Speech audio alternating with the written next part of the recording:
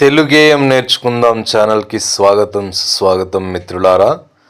మనం ఇప్పుడు ఒక పద్యం చెప్పుకుందాం. పద్యం చెప్పుకునే ముందు ఆ పద్యం యొక్క నేపథ్యం తెలుసుకోవడం అత్యంత అవసరం.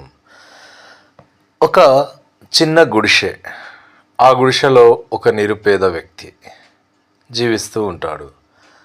ఒక సాయంత్రం పూట ఒక బ్యాట్, గబ్బిలం ఆ గుడిసెలోకి వెళ్తుంది. అక్కడ గుడిసె అంతా తిరుగుతూ ఒక దీపాన్ని, అక్కడ ఉన్నటువంటి దీపాన్ని ఆర్పేస్తుంది. అప్పుడు ఆ పేద వ్యక్తి అడుగుతాడు, ఏమనంటే, ఒక గబ్బిలమా, ఎందుకు ఇక్కడికి వచ్చావు?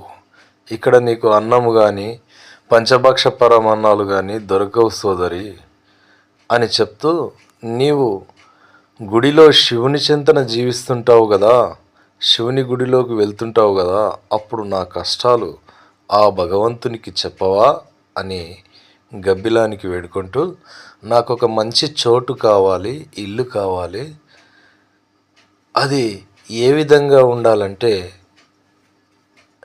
చాలా ప్రశాంతంగా స్వేచ్ఛగా ఈ నిరుపేద వ్యక్తి జీవించే విధంగా ఉండాలి అని చెప్తూ చెప్పిన సందర్భంలోని పద్యం.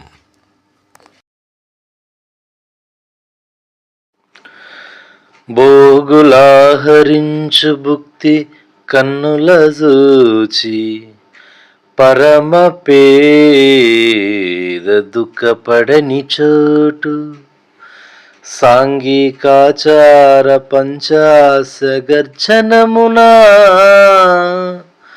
బెదరక జ్ఞానంబు పెరుగు చోటు, జాతి వైషమ్య రాక్షస పదాహతి చేసి,